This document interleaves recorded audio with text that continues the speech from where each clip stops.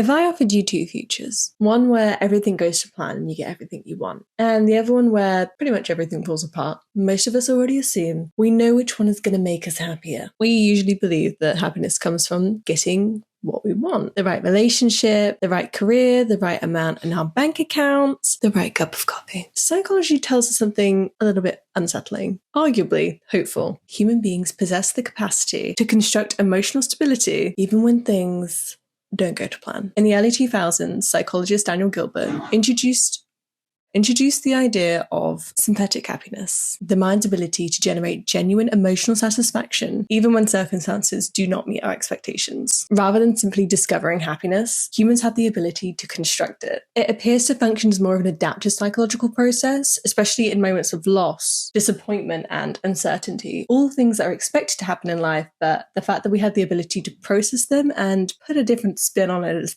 pretty impressive. So Gilbert and his colleagues kind of described this as a psychological immune system. Just as the body works to create a physical equilibrium, the mind also appears to process the same kind of emotional equilibrium. When outcomes become fixed or irreversible, our brain has this amazing way to look back on these memories and reconstruct them in a way that may be a little bit more helpful to us, which of course then helps to reduce distress and then install more meaning. One of the most widely discussed areas this came from was research within lottery winners and people with severe injuries. Initially, the emotional distance was quite large, as we can imagine, quite vast between the two, but over time, gradually, these individuals returned to a very similar baseline. This phenomena is often linked to the hedonic adaptation, which is the tendency for humans to adjust to both negative and positive changes over time. However, this does not mean that the outcome is irrelevant. Pain matters, loss matters, and of course, circumstances matter. It's just that psychological research has proven that we are much more emotionally adaptive than we think, or at least we initially thought. So how does the brain actually rewire itself? Modern neuroscience suggests that emotional experience isn't purely reactive. Human beings have never really just experienced an event, we've always interpreted them. Research on emotional regulation systems in our brains, specifically associated with cognitive control and mean-making, i.e. the frontal cortex, may influence emotional processing systems involved in distress and threat responses. In simple terms, the way we interpret experiences can significantly shape emotional outcomes, and synthetic happiness seems to emerge from this interpretive process, which doesn't mean that we should pretend that painful experiences are good. It's more about the mind's search for stability, all the things that actually matter. And the way that people experience their own understandings is rarely fixed. Interpretations often evolve over time, which I think is pretty cool, which I'm sure if you actually thought back to a time where you remember an event in the moment, it felt like quite a big deal. And then later on you look back and you go, I have no idea why I was so upset because it means nothing. But saying this, psychologists have recognized that human beings are meaning-making creatures. We just love to associate and create meaning out of sometimes things that aren't necessarily meaningful. When painful experiences do occur, we often like to ask big questions like,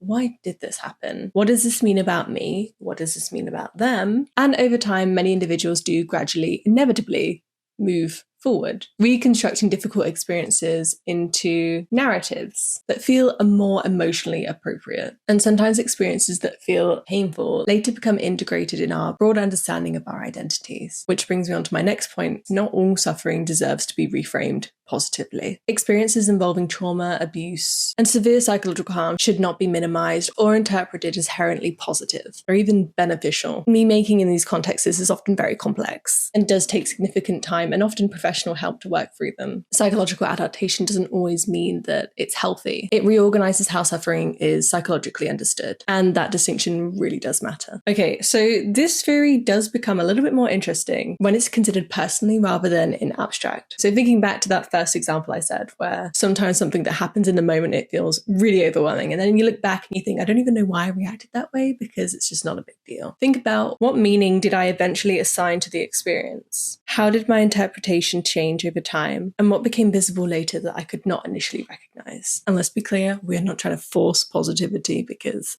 not every painful experience contains a lesson and not every situation should simply be accepted. The goal is to observe how the mind gradually changes over time and how we've been able to adapt to maintain emotional functioning over time. And at the same time, synthetic happiness should not be understood as a replacement for agency. Research on self-efficiency often suggests believing that you have the influence and the power to be able to change events in your life is strongly associated with psychological well-being. People who perceive themselves as having the ability to be able to demonstrate change are often more resilient and have lower vulnerability to anxiety and depression. So while synthetic happiness may help people emotionally adapt, agency supports action. And psychologically, these systems seem to work best together. Research on learned helplessness also highlights the risks of adaptation without agency. When individuals repeatedly experience situations where effort appears ineffective, they may gradually stop attempting to change their circumstances altogether. And this state is often associated with very negative emotions, like hopelessness and depressive symptoms. And at the same time, psychologists also caution reframing is not always adaptive. In some contexts, extreme rationalization may discourage individuals from recognizing harmful environments and pursuing unnecessary changes. Having a healthy mind doesn't mean you need to convince yourself that everything is fine. It involves recognizing that there are two realities simultaneously. Some situations require acceptance, and some situations still require change. Work within self-determination theory supports this balance further. Synthetic happiness does not erase distress, and the fact that we have this ability to reinterpret situations over time and experience them as something different is quite an impressive trait, and in many cases, this adaptive process supports emotional stability, resilience, and